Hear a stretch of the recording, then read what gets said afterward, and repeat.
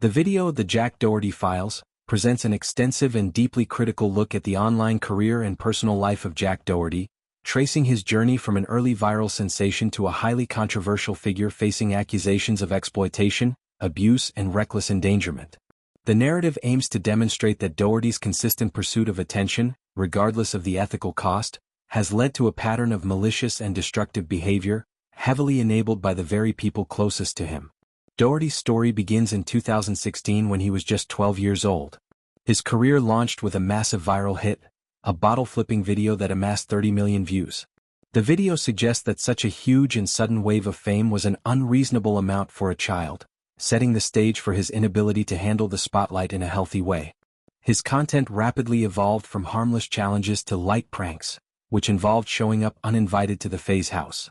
The core issue, according to the video, was not simply the prank itself, but the fact that his mother actively drove him to the private property, fully aware that the stunt was really strange. This early enabling by his parents is presented as the foundational reason for his later shameless and often degenerate behavior, as they continued to support his content career regardless of its trajectory.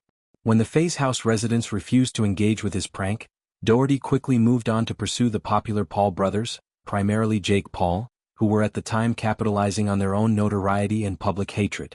Doherty, following this blueprint, embraced the format of being an unlikable public nuisance, starting with minor acts of being obnoxious in stores until he was kicked out, and then graduating to serious acts of harassment, including falsely accusing innocent employees of assault. Despite the egregiousness of his actions, his parents allowed him to continue, and the financial rewards were immense.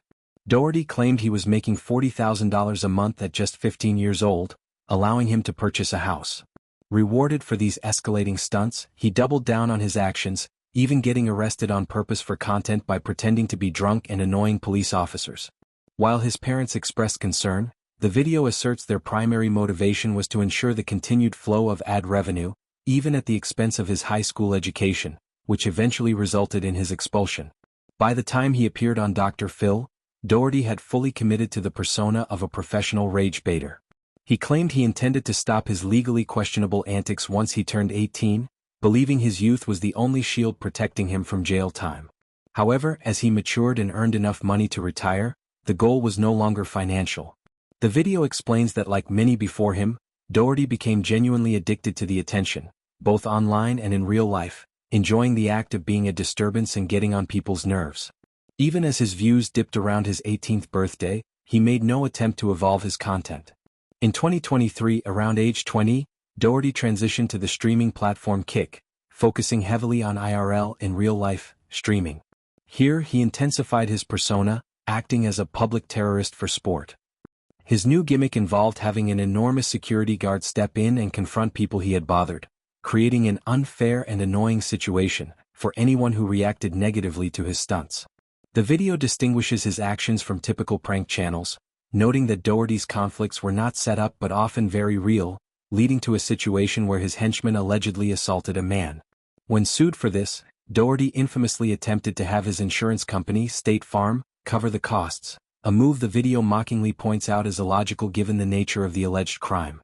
The narrative details Doherty's rapid descent, which included involving sexual themes in his content. He began promoting OnlyFans creators, featuring them in YouTube Shorts with links in the description. Disturbingly, his parents, particularly his mother, actively participated in these videos, making them 100% complicit in her son using her to promote adult content. This phase quickly became more sinister. In 2023, fellow creators Natalie Reynolds and Norway came forward with serious allegations. They claimed that Doherty had been grooming a 17-year-old girl, intending to use her to attract older, wealthy men. The claims asserted that he took 100% of her OnlyFans revenue, giving her a fixed monthly allowance, and waited months for her 18th birthday to get her drunk and pressure her into signing a contract on a yacht. While the video acknowledges that these were only allegations from people who were not formally suing him, and the alleged victim had not come forward to the police, the claims foreshadowed the pattern of exploitation that would dominate the later part of the video. The year 2024 saw no signs of improvement. Doherty's aggressive nature extended even to people in his own sphere, evidenced by a pathetic fight with streamer Neon, which was sparked by Doherty making suggestive comments about Neon's OnlyFans active girlfriend. Later that year, in a moment of extreme recklessness, Doherty streamed himself visibly texting on his phone while driving a high-end car on a foggy, wet road, culminating in a severe car crash. The video includes the terrifying audio of the crash and emphasizes that he easily could have killed himself, his cameraman, who was injured, or other drivers. Although he avoided significant legal repercussions, Kik banned him for endangering a life while driving on stream. This ban was publicly supported by his own brother, who stated that Jack needed to learn his lesson and realize he was not invincible, underscoring how many bridges Jack had burned. Desperate for a career revival, Doherty's attempts to collaborate with major streamers like Kai Cenat were instantly shut down, with Cenat publicly refusing to work with someone who had been doing nothing but bad things all year. The darkest chapter of the exposé centers on the claims made by his ex-girlfriend, McKinley, in a detailed interview she gave after their breakup. McKinley first entered Doherty's extended social circle and was immediately met by his lawyers who pressured her to join OnlyFans, which she initially refused due to her morals. This initial stage was followed by a horrific incident where a hometown friend of Doherty's allegedly sexually assaulted McKinley while she was asleep during a sleepover at the Content House, an attack only halted by Doherty's intervention. This event, ironically, brought them closer. However, as the idea of a relationship began, Doherty engaged in sadistic pranks to make her jealous, including being deliberately caught in bed with other girls and confusing them for McKinley. McKinley claimed the relationship soon devolved into emotional and physical coercion.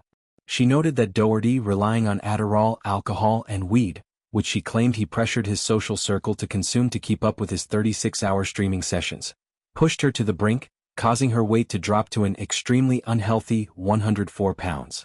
The definitive turning point was an ultimatum: start doing OnlyFans and officially become his partner or leave.